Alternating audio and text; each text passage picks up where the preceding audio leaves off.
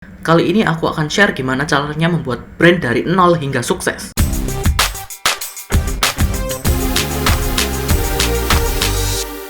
Bagi kalian yang ingin memiliki perusahaan yang seperti itu, aku akan share gimana caranya memulainya dari nol. Karena itu jangan lupa untuk klik tombol like-nya, kemudian share video ini kalau misalkan bermanfaat, dan juga subscribe channel Mari Berkarya ini, oke? Thank you! Hal pertama yang perlu kalian perhatikan saat kalian baru memulai bisnis, jika kalian ingin membuat bisnis kalian menjadi besar, adalah target market. Yang pertama, kalian harus menentukan target marketnya dulu. Jadi target market kalian itu apa? Yang spesifik. Jangan berpikiran bahwa kalian bisa menjual produk ke semua orang, karena nggak semua orang itu butuh produk kalian. Setiap orang itu punya karakteristik yang berbeda-beda, punya kesukaan yang berbeda-beda, punya minat yang berbeda-beda, punya hobi yang berbeda-beda, punya kebutuhan dan keinginan yang berbeda-beda. Jadi kalian nggak bisa memenuhi semua kebutuhan mereka. Kalian nggak bisa memasarkan produk kalian itu untuk semua orang, nggak bisa. Kalian jual pakaian bayi ya untuk bayi. Kalian jual makanan yang enak ya untuk orang yang suka makanan. Kalian jual makanan pedas ya untuk orang yang suka pedas. Kalian jual lipstick untuk wanita ya, berarti customer kalian wanita. Cari yang spesifik, lebih bagus, karena itu meminimalisir kompetisi. Semakin sedikit kompetisinya semakin bagus. Meskipun memang customernya itu sedikit, tapi nggak masalah karena kalian masih kecil. Kalau misalkan masih kecil, itu masih bisa dihandle. Nanti kalau sudah besar, baru kalian bisa ekspansi target market kalian. Jadi jangan khawatir. Salah satu contohnya adalah Gojek. Kenapa Gojek gak memulai dengan sesuatu yang besar? GoMart, GoFood, GoHealth. Kenapa waktu di awal Gojek berdiri gak menjalankan itu semua? Karena memang gak bisa waktu di awal. Pertama kali, Gojek fokus di GoRide dulu. Itu pun nggak via web, tapi via aplikasi, WhatsApp, dan sebagainya.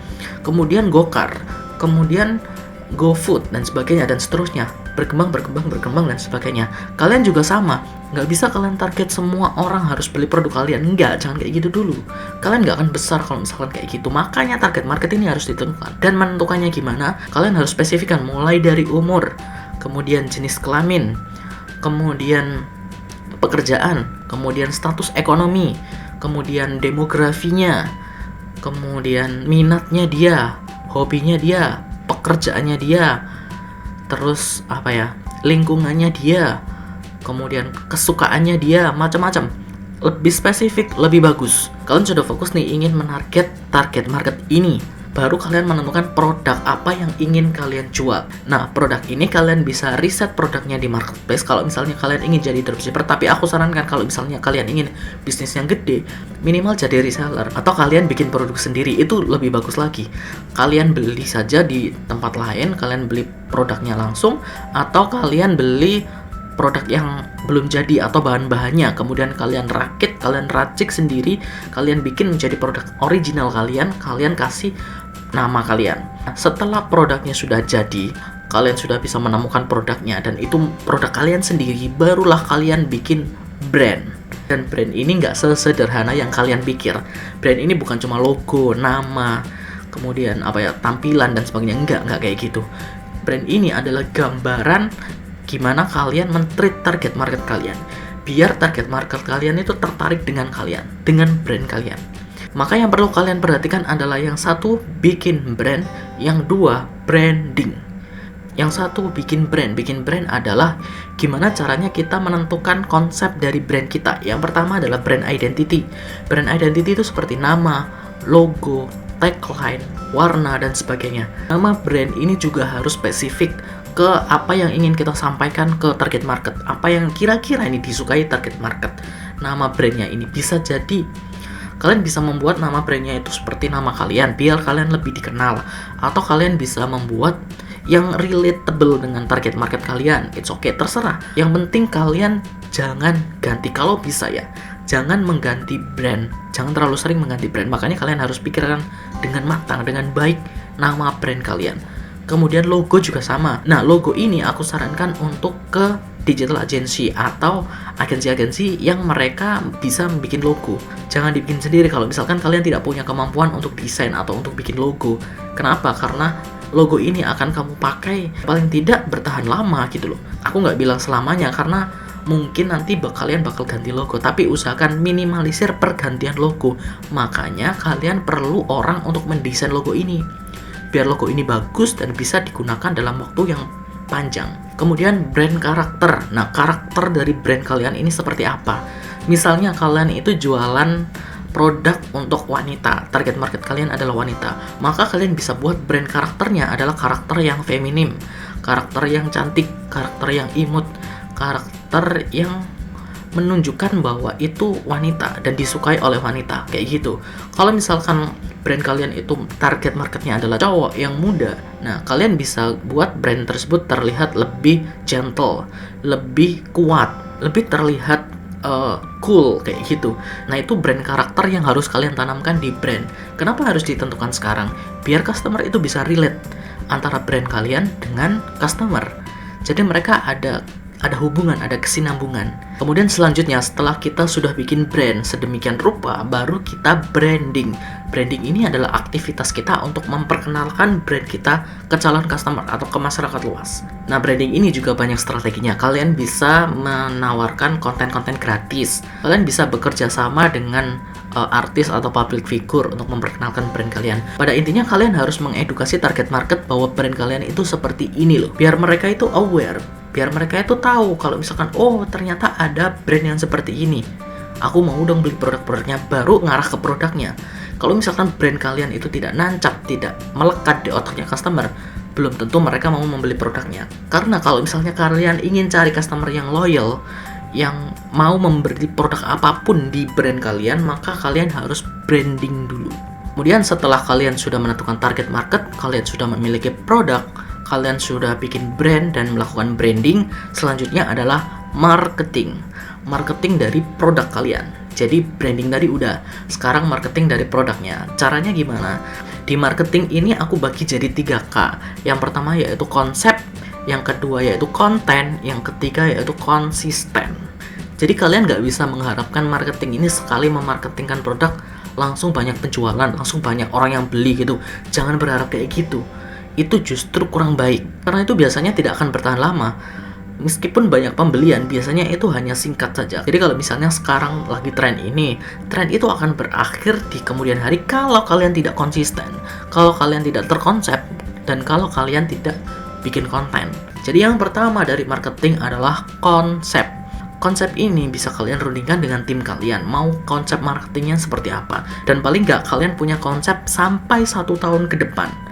Jadi mulai dari bulan pertama, bulan kedua, bulan ketiga, itu target marketing kalian itu seperti apa? Jangan langsung target ke penjualan. Misalnya, di bulan pertama kalian promokan produk satu. Produk satu ini kalian gencarkan dengan diskon atau potongan harga, sehingga akan ada banyak pembelian meskipun profit margin kalian itu sedikit. Contoh gampangnya kayak gini. Kalau misalnya kalian pertama kali launching produk, katakanlah pertama, jadi orang nggak begitu tahu tentang produk kalian, tentang brand kalian juga. Kalian launching, kalian bikin untuk 1000 produk pertama itu diskon katakanlah 90% atau 80% seperti itu. Dari diskon itu otomatis harganya semakin turun dan margin profit kita itu kan juga semakin turun. Misalnya kalau harga normalnya untung kita adalah 100.000 per produk.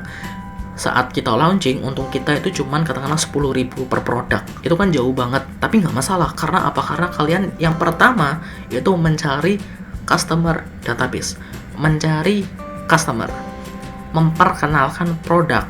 Itu tujuan kalian di awal dulu. Jadi kalian nggak langsung ngincer profit dulu.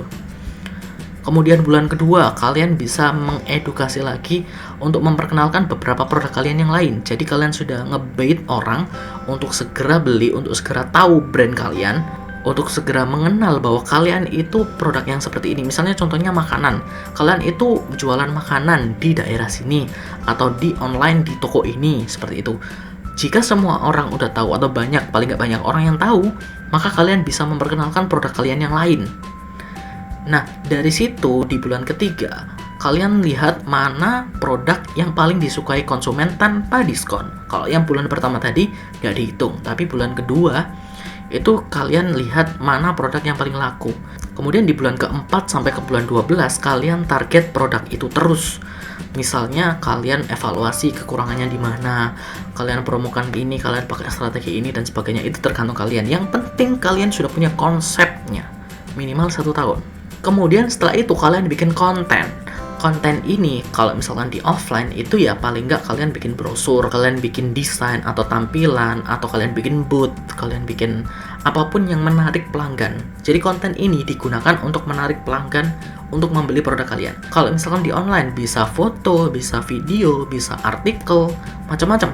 Kalian bisa bikin konten itu yang relevan dengan konsep kalian. Jadi konsepnya dibikin dulu, baru bikin kontennya ini untuk menarik pelanggan.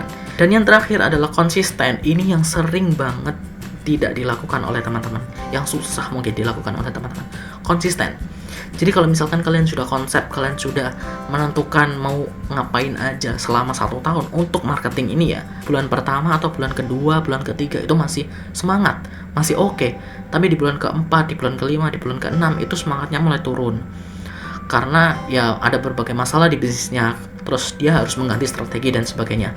Konsisten ini harus tetap perlu. Kalau misalkan gagal ya cari solusi yang lain. Kalau misalkan memang sudah mentok, sudah semua cara sudah dicoba, ya mungkin itu bukan rezeki kalian kayak gitu kan.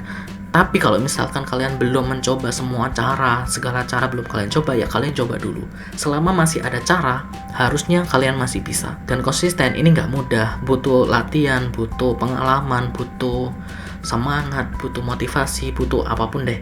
Kemudian selanjutnya adalah channel penjualan. Setelah kita mempromokan produk kita dengan konsep dan konten tadi secara konsisten, maka kita butuh channel untuk penjualan. Nah, channel untuk penjualan ini kita harus pilih-pilih. Misalnya selama marketing itu yang lebih efektif channelnya di mana? Apakah di online kah? Apakah di offline kah? Di toko? Kalau misalkan di toko mana? Daerah mana? Toko yang seperti apa? Kemudian kalau di online, katakanlah di online mana? Di sosial media kah? Sosial media mana? Facebook, Instagram, Twitter, atau di marketplace kah? Tokopedia, Shopee, Bukalapak, atau di aplikasi chat kah? Atau di website sendiri kah? Kalian harus menentukan channel yang paling menguntungkan itu yang mana, dan kalian harus fokus di sana dulu. Bukan berarti mengabaikan yang lain, tapi kalian harus menangkap berbagai peluang. Kalian harus mengoptimalkan peluang yang ada di channel-channel yang sudah kalian pilih. Kemudian yang terakhir, kalian harus bikin database, customer database. Setelah semuanya itu sudah berjalan, kalian sudah menentukan channel, kalian harus mendatabasekan customer kalian. Customer kalian itu seperti apa? Profilnya seperti apa? Kalian akan bandingkan dengan target market. Jadi dari target market tadi, ternyata yang beli itu database-nya seperti ini, karakteristiknya seperti ini. Berarti kita nanti akan fokus ke situ, fokus ke target market yang baru ini. Oke. Selain itu, customer database juga berguna kalau misalnya kita ingin launching produk baru atau launching promo baru, campaign baru. Kita bisa langsung mempromosikan ke customer database itu. Nah, setelah semuanya itu kalian jalankan, dalam perjalanannya kalian bisa bikin SOP. SOP ini standar operational procedure yang bisa kalian bikin untuk mengotomisasi atau mensistemkan bisnis kalian. Jadi misalkan kalau kalian sudah ada pakemnya nih, maksudnya sudah tahu sistem yang jalan itu kayak gimana. Karena kalian sudah mencoba berbagai hal tadi, maka pastinya kalian sudah tahu dong sistem yang berjalan itu kayak gimana. Maksudnya yang bagus untuk produksinya itu kayak gimana, operasionalnya itu kayak gimana, packagingnya itu kayak gimana, pengirimannya itu kayak gimana, proses marketingnya itu kayak gimana, brandingnya itu kayak gimana. Kalau misalkan bikin produk baru itu kayak gimana, itu kalian pasti akan tahu dalam perjalanannya. Dan kalian jangan lupa membuat SOP itu. Nah, SOP itulah yang akan kalian gunakan untuk membuka cabang-cabang baru atau mensistemkan perusahaan kalian. Jadi kalian nggak perlu ada di sana, sudah ada sistem yang ngatur, sudah ada standar di sana. Oh, kalau marketing itu standarnya kayak gini. Oh, kalau produksi itu standarnya kayak gini. Oh, kalau bikin toko baru itu standarnya kayak gini. Oh, kalau misalkan rekrut karyawan itu standarnya kayak gini. Oh, kalau misalnya ingin nambah aset itu standarnya kayak gini. Oh, misalkan kalau kerjasama dengan pihak ketiga itu standarnya kayak gini. Kalian bikin semua standar itu biar kalau misalkan kalian nggak ada, mereka atau karyawan kalian bisa menggunakan standar itu untuk menentukan keputusan, untuk mengambil keputusan kayak gitu. Barulah setelah itu kalian bisa istilahnya semi otomatiskan bisnis kalian. Aku nggak bisa bilang langsung otomatis ya, kalian tetap harus ngecek, kalian tetap harus pantau, kalian tetap harus mengambil keputusan kalau misalkan ada sesuatu yang di luar batas mereka. Oke, itu tadi teman-teman yang bisa aku sampaikan gimana caranya kalau misalnya kalian ingin memulai bisnis dari nol hingga gede nanti, hingga besar nanti. Well, sebenarnya ilmu ini akan kalian dapatkan kalau misalkan kalian sudah terjun langsung ke bisnis, sudah menjalani bisnis secara real. Kalian akan memikirkan banyak hal itu. Jadi bisnis bukan sekedar cuman jualan dapat untung, tapi ada banyak hal di luar itu yang harus kalian pikirkan. Kalau kalian ingin bisnis kalian otomatis. Kalau misalkan kalian masih menikmati sistem yang bekerja terus, kayak karyawan ya, kayak buka toko, dapat untung, tutup. Buka toko, dapat untung, rugi, tutup. Udah, kayak gitu terus ngikutin tren dan sebagainya. Dan gak akan habis-habis kayak gitu terus. Ya, monggo kalian pikirkan aja sales gitu loh, penjualan, gimana caranya menjual. Tapi kalau misalnya kalian ingin bikin bisnis yang sustainable, yang bisa tumbuh besar, yang nantinya bisa kalian tinggalkan, dalam tanda kutip ya, artinya yang bisa kalian otomatiskan, yang bisa besar, kalian harus mempelajari hal-hal yang sudah aku share tadi, oke? Kalau misalkan kalian suka dengan video ini, jangan lupa untuk klik tombol like-nya, kemudian share video ini ke teman kalian, biar teman kalian juga tahu gimana caranya bikin bisnis dari nol hingga gede.